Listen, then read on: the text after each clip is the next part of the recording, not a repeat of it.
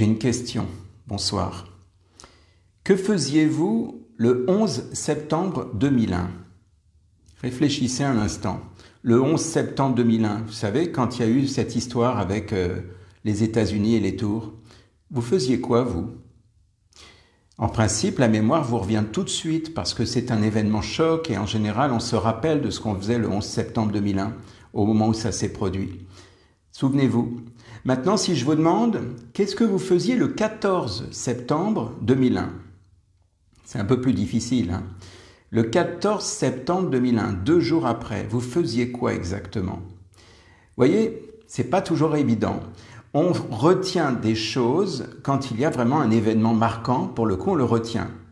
Si je vous dis décrivez-moi ce qui se passait au moment où vous avez appris par exemple que les tours se sont écroulées, eh bien à ce moment-là, comme par hasard, vous allez vous dire oui, je me souviens, j'étais là, je faisais ça et j'ai écouté la radio ou la télé et j'étais là, parce que simplement ça vous a marqué. Donc forcément, c'est resté dans votre mémoire, c'est resté gravé en fait. Et ce que j'aimerais vous dire, et c'est ce que l'on va évoquer ce soir, c'est que notre mémoire est faillible. Faillible, oui. C'est-à-dire que autant on se souvient du 11 septembre, autant on se souvient des faits marquants. Par exemple, quand dans 10 ou 20 ans, on vous dira, par exemple, si on vous dit, tiens, qu'est-ce qui s'est passé en 2020 ? Normalement, vous devriez avoir en mémoire ce qui se sera passé en 2020, sur cette année, parce que c'est une année particulière et ce n'est pas fini. Donc, 2020, on va s'en rappeler. 2011, on s'en rappelle aussi, le 11 septembre. En revanche, si je vous dis le 14, là, peut-être que vous vous souvenez plus trop. Hein, voilà. Alors pareil, si je vous dis, je sais pas moi, un mois après, le 12 octobre 2001, pas facile de se souvenir, à moins que ce soit un anniversaire, un événement marquant, évidemment. Mais sinon, ce que je veux vous dire, c'est que notre cerveau, il est tellement faillible qu'il crée des illusions. Il crée des illusions à tel point que, quelque part, ça nous empêche de voir parfois la réalité. On n'arrive pas à voir le reste, étant donné qu'on est focalisé sur quelque chose. Par exemple, quand vous êtes focalisé, donc ça c'est une des illusions du cerveau, c'est l'attention. Si vous êtes attentif à quelque chose ou à quelqu'un, vous risquez de ne pas voir finalement le reste. C'est-à-dire que c'est comme si les détails vous échappaient en quelque sorte. Je ne sais pas si vous connaissez l'expérience qui avait été faite par deux psychologues sur le gorille invisible. Je ne sais pas si ça vous dit quelque chose. On peut, je crois, trouver sur YouTube, hein, si vous cherchez ça. En fait, c'est des gens qui jouaient au basket et on vous demande de compter le nombre de passes pour regarder vraiment les passes que se font les basketteurs dans le jeu.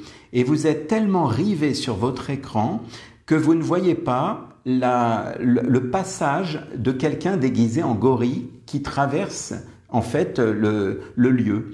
Et ce qui est curieux, c'est qu'à la fin, quand on vous dit alors, est-ce que vous l'avez vu le gorille? Alors soit vous êtes obligé de vous repasser le film, soit réellement vous l'avez vu, mais seulement 50% des gens l'ont vu en réalité. Je me suis fait piéger à l'époque quand j'ai regardé ce petit morceau là d'émission. C'était assez hallucinant parce que on vous demande de vous concentrer, donc vous mettez toute votre attention sur le nombre de passes et on vous dit regardez bien le nombre de passes, regardez bien s'il y en a un qui triche. Votre esprit donc concentré, vous êtes attentif et curieusement, eh bien un gorille passe dans l'écran, vous ne le voyez pas. C'est quand même hallucinant. Voilà. Au passage, est-ce que vous avez remarqué quelque chose ici, dans cette ambiance? Peut-être que depuis tout à l'heure, vous n'avez pas fait attention qu'ici, là, juste là, il y a 2 citrons qui sont posés. En réalité, il y en a un troisième qui est caché derrière. Il y a 2 citrons visibles ici qui sont posés sur un fauteuil. C'est quand même pas commun, hein. Alors peut-être que vous l'avez vu, vous me direz après si vous l'aviez vu avant que je n'en parle. Mais en réalité, c'est pour vous dire que quand vous êtes attentif à quelque chose, vous êtes concentré sur une chose, curieusement, le reste semble complètement ailleurs. Et c'est ce qui fait que parfois, eh bien, votre esprit est trompé. Il est trompé parce que on vous embarque dans une direction au détriment d'autre chose. C'est ce que font les magiciens lorsqu'ils font des passes, par exemple, ou simplement des tours, même en ce qu'on appelle en close-up, c'est-à-dire devant vos yeux. J'en avais fait un il n'y a pas longtemps avec des cartes. Vous voyez, vous avez les yeux grands ouverts, mais du coup, vous ne voyez pas des choses qui se passent juste à côté, à quelques centimètres à peine. Voilà, donc en fait, cette histoire d'illusion est assez intéressante parce que c'est pour vous dire que très souvent, on fait confiance à notre cerveau. On dit, bah oui, quand même, ça je l'ai vu, ça je l'ai entendu. Mais en réalité, il y a des illusions. Il y en a d'autres, hein. Il y a plusieurs illusions qui existent aussi, puisque finalement, le cerveau est très complexe. Et quand on l'étudie, eh bien, on se rend compte que finalement, eh bien, il n'y a pas que l'illusion qui est liée à l'attention que l'on porte. Il y a aussi l'illusion qui est liée à la mémoire. On parle, en psychologie surtout, on parle du syndrome des faux souvenirs. Il y a eu des gens qui, à l'époque, se sont fait arrêter pour ça, notamment aux États-Unis, parce qu'en fait, on va recréer un souvenir, on va imaginer un souvenir qui en réalité n'a jamais existé. Tout simplement parce que dans la façon d'interroger la personne, donc c'est ce qui se passait à l'époque des policiers notamment, ou je ne sais plus, des psys qui interrogeaient par exemple un enfant et quelque part de fil en aiguille, eh bien, ils faisaient admettre à l'enfant qu'il avait eu des soucis, enfin des attouchements ou des choses comme ça, et du coup les parents allaient en prison. Tout simplement parce que de fil en aiguille, l'enfant, de bonne foi, a cru qu'il disait la vérité, mais il s'est fabriqué cette illusion qu'il se passait quelque chose alors qu'il ne s'était rien passé. Et tout ça, c'est la façon dont on va emmener, par exemple, l'enfant dans le questionnement. C'est pour cette raison qu'il est bon d'être prudent et dans la façon de questionner, il peut y avoir des inductions, on va dire, des choses indirectes. Donc en fait, par association, si vous voulez, vous allez regrouper des éléments connus et vous allez créer ce qu'on appelle un faux souvenir. Et ça existe, hein, donc c'est pour ça que quelque part, il y a des gens qui semblent être de bonne foi et imaginez vous voyez un accident, par exemple, vous êtes plusieurs témoins, chacun va raconter sa version en fonction de ce qu'il connaît. Et il va être de bonne foi, il n'aura pas menti, il sera honnête, il dira mais si, je vous assure, la personne était là, il était habillé comme ci, comme ça. Et un autre témoin qui aura vu la même scène va décrire autre chose, selon son monde intérieur. Vous voyez comme quoi on peut voir la même chose et sans pour autant, quelque part, décortiquer le même souvenir. C'est assez curieux là aussi. Et puis, quelque part, eh bien, par rapport à ça, en fait, il y a vraiment des fois des choses qui malheureusement débordent. C'est pour cette raison que c'est pas facile de trouver la réalité. Surtout que, en général, prenons l'exemple d'une opinion. Si vous avez une opinion, et que un jour vous changez d'opinion, vous réfléchissez, vous avez changé d'avis, d'opinion, eh bien si on vous dit, tu sais, à l'époque, ta première opinion, vous risquez de l'avoir oubliée, parce que la nouvelle est passée par-dessus. Et si on vous dit, mais rappelle-toi à l'époque, tu croyais tout le contraire, ah bon, t'es sûr? Souvent vous allez avoir le doute, parce que la nouvelle empreinte de mémoire est arrivée par-dessus. Ça, c'est aussi des subtilités, des failles, on va dire, de notre cerveau. De la même manière que le cerveau peut aussi embellir quelque chose. Vous pouvez, par exemple, partir dans un endroit et puis, par nostalgie, par mémorisation dans votre esprit, vous dites « Ah, c'était tellement bien là-bas ». Parce que comme il y avait une ambiance, comme vous étiez dans un endroit que vous avez peut-être aimé, c'était la première fois que vos yeux voyaient cet endroit, eh bien vous l'avez idéalisé dans votre cerveau. Ce qui fait que parfois quand vous retournez là-bas, peut-être 1, 2, 3 ans après, eh bien vous vous dites c'est bizarre, je voyais ça autrement. Parce que vous avez créé dans votre esprit un embellissement, vous avez amélioré l'image source, le souvenir source, et finalement vous avez embelli dans votre esprit. Et ça se passe aussi avec des personnes, ça se passe avec des lieux. Enfin, vous voyez, c'est curieux comment on peut bouger la réalité. Voilà, donc tout ça, ça se joue, encore une fois, de bonne foi. On est, on va dire, dans notre cerveau, en train de reconstruire, en fait, en permanence, le souvenir, ce qui fait qu'à un moment donné, eh bien effectivement, on est là, puis on se dit, mince, c'est quand même bizarre, c'était pas comme je l'avais vu à l'époque.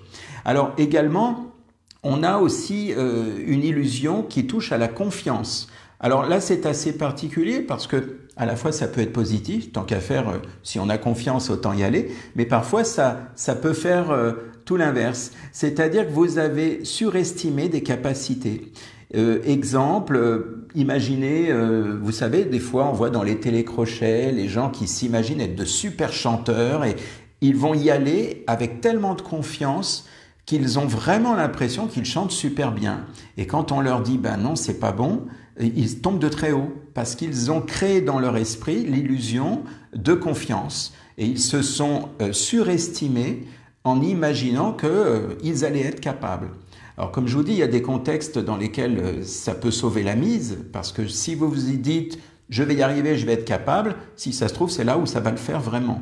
Mais imaginez par exemple le fait de surestimer, eh bien de vous surestimer, ça donne effectivement l'impression que vous êtes invincible et que ça va le faire.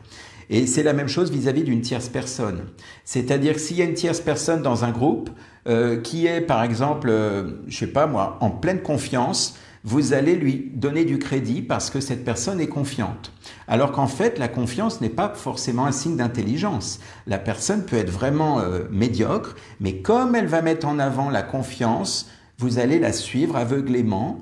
Alors, c'est une tendance, je n'ai pas dit que ça va se faire à chaque fois, mais c'est pour vous dire que, quelque part, avec le charisme de cette personne, vous risquez de vous dire « cette personne, c'est bien, elle est intelligente, elle est capable », alors qu'en fait, elle se sera simplement mise en avant, en quelque sorte. Et ça, c'est assez curieux quand même de voir comme ça ces décalages, ces défaillances. C'est aussi par rapport à des gens, donc comme je vous disais, qui sont incompétents, c'est-à-dire que comme ils savent s'imposer, eh bien, ils donnent l'illusion que ça va le faire. Et je vous dis souvent, ça fonctionne quand même. Mais c'est pour vous dire que ça existe. Alors après, vous avez aussi, des illusions qui sont par rapport à des déductions. C'est-à-dire que quelque part, dès lors où il y aura de la cohérence, vous allez faire des déductions un peu hâtives. Exemple, vous voyez, je ne sais pas moi, un produit que vous avez vu dans une pub. Imaginez, même si c'est une pub mensongère, même si c'est je ne sais quoi, vous allez vous croire, on va dire, capable de dire oui, je connais ce produit, je connais ça, parce qu'il y aura eu cette influence à travers, par exemple, une publicité.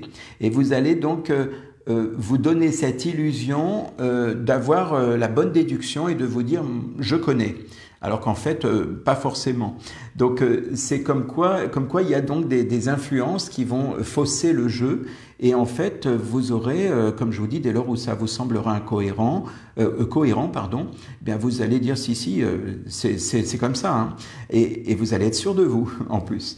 Et après, il y a d'autres illusions que l'on peut avoir aussi, c'est le fait donc de chercher, on va dire, alors c'est ce qu'on pourrait appeler l'hallucination collective en fait, c'est-à-dire une impression, parce que plusieurs personnes croient en quelque chose, eh bien vous allez croire en la même chose.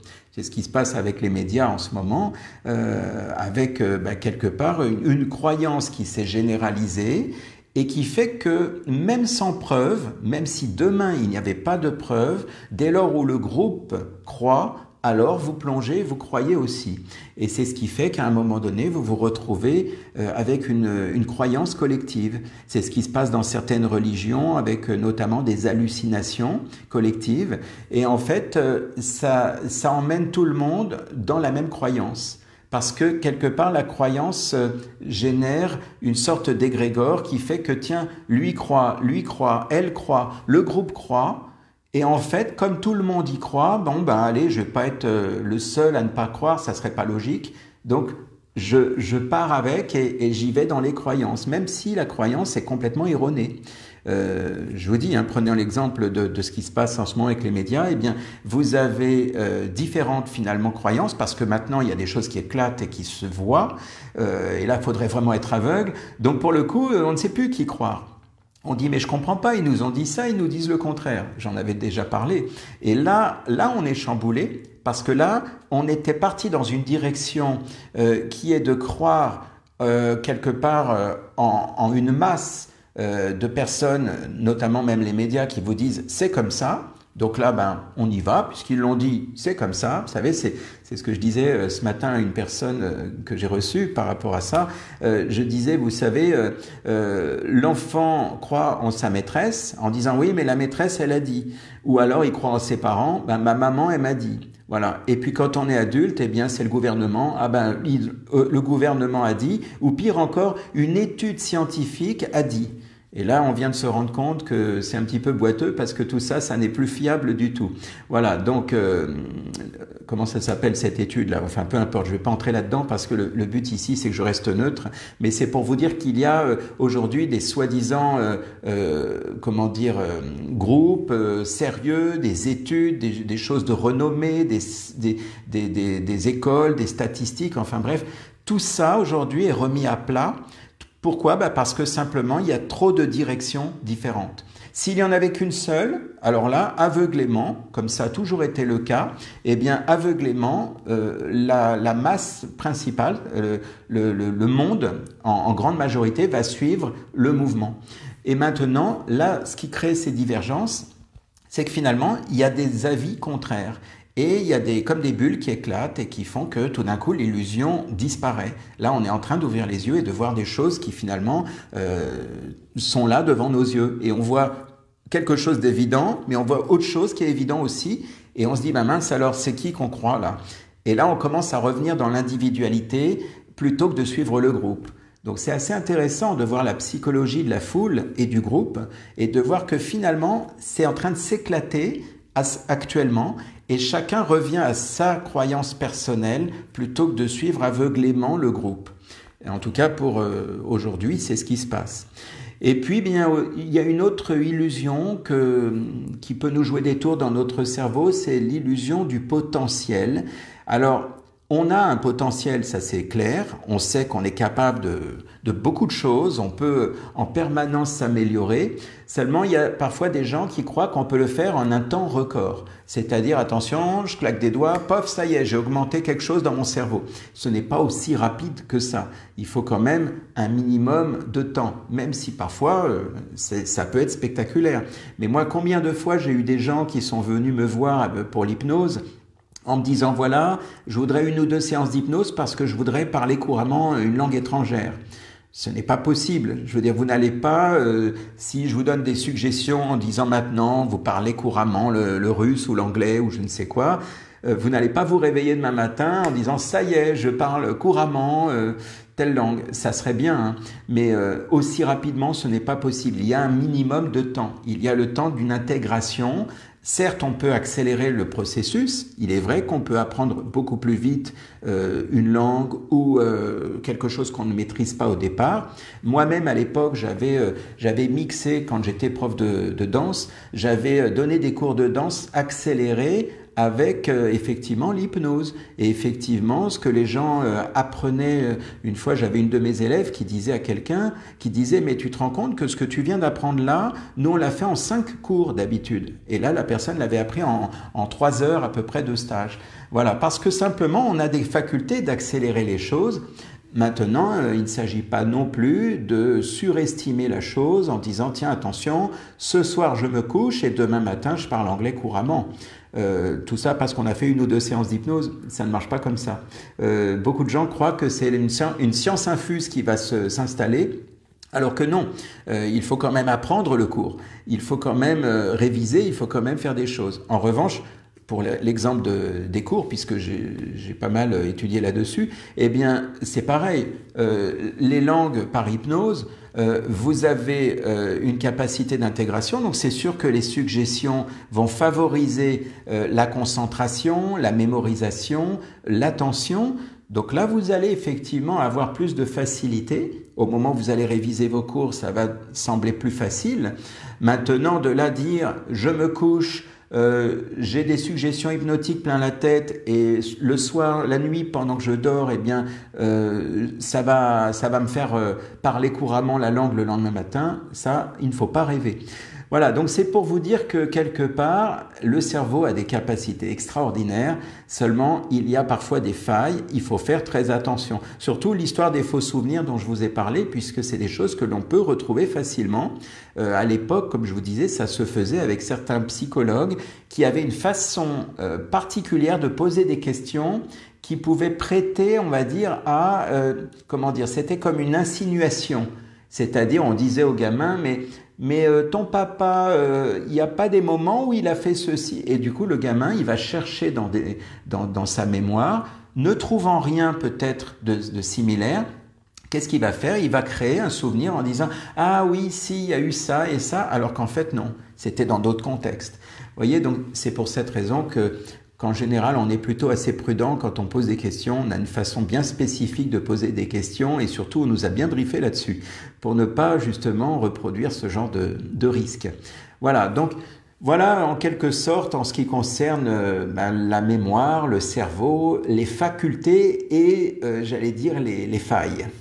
Voilà. Eh bien, si vous avez envie de partager à travers ce que je viens de dire, eh bien n'hésitez pas. Et puis surtout ceux qui se sont rendus compte seulement après coup des citrons qu'il y a ici sur l'appui-tête du fauteuil. C'est quand même original, des citrons sur un appui-tête. Eh bien, faites-moi un petit commentaire, ça serait marrant de voir combien de personnes ont vu. Alors, faut pas tricher, évidemment, si vous marquez comme ça. Là, je parle vraiment si vous avez vu la vidéo depuis le tout début et que vous avez commencé à m'écouter et que seulement au moment où j'ai parlé des citrons et que là, vous disiez « Ah mince, je l'avais pas vu celle-là ». Voilà, donc c'est important.